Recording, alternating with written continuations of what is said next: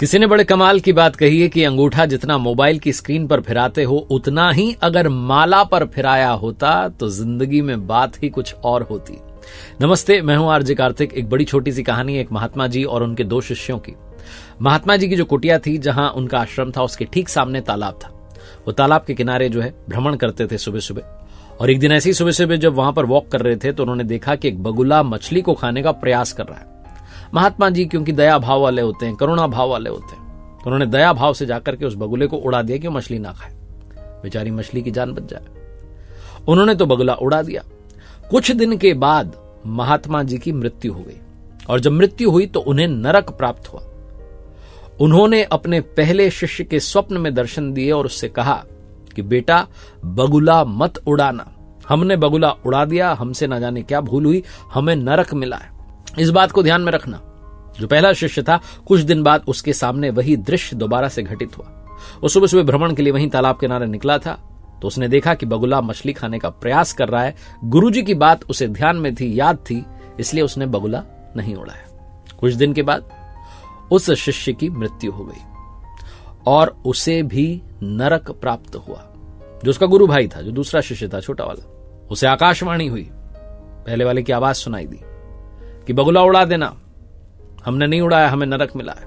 अब जो दूसरा शिष्य था, जिसकी जान बची हुई थी, जो जीवित था, वो समझ नहीं पा रहा था कि बोलें तो बोलें, क्या करें तो करें क्या। उसे समझ ही नहीं आ रहा था बगुले को उड़ाना है नहीं उड़ाना है। गुरुजी तो कह के गए थे कि मत उड़ाना, जो हमारे गुरु भाई हैं वो कह रहे हैं कि उड़ा देना। उसने भगवान से प्रतिदिन प्रार्थना करना शुरू किया।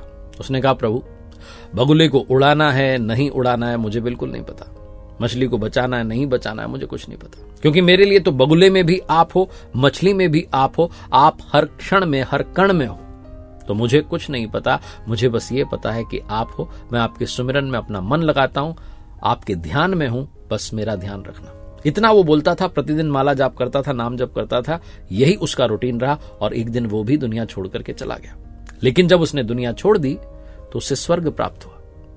नारद जी ने भगवान जी से पूछा कि ये क्या लीला है। गुरु को, उसके पहले शिष्य को नरक मिला है, और तीसरे वाले को, जो तीसरा इनके आश्रम में था, जो सबसे छोटा शिष्य, उसको आपने स्वर्ग दे दिया, आपका धाम दे दिया। ऐसा क्यों? प्रभु ने पूरी बात, पूरी लीला समझाते हुए कहा कि गुरु जी ने उस दिन जब बगुले को उड़ा दिया, वो बगुला कई दिनों से भूखा था। अगर वो मछली खा लेता तो उसका पेट भर जाता, वो तड़प तड़प करके नहीं मरता, वो तड़प तड़प के मर गया और उसका पाप गुरु जी को लगा।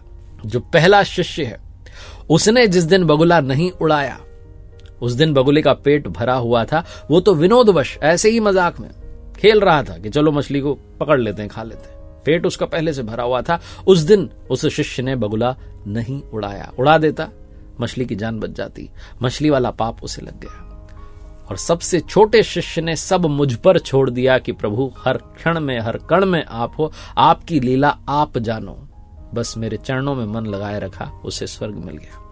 बहुत छोटी सी कहानी है जिसका सार ये समझाता है, जाहि विधि राखे राम ताहि विधि रहिए।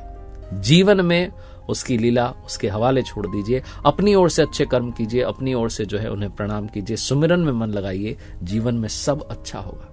एक बार फिर से वही बात जो अक्सर आपसे कहता हूं, कर दिखाओ कुछ ऐसा कि दुनिया करना चाहे आपके जैसा।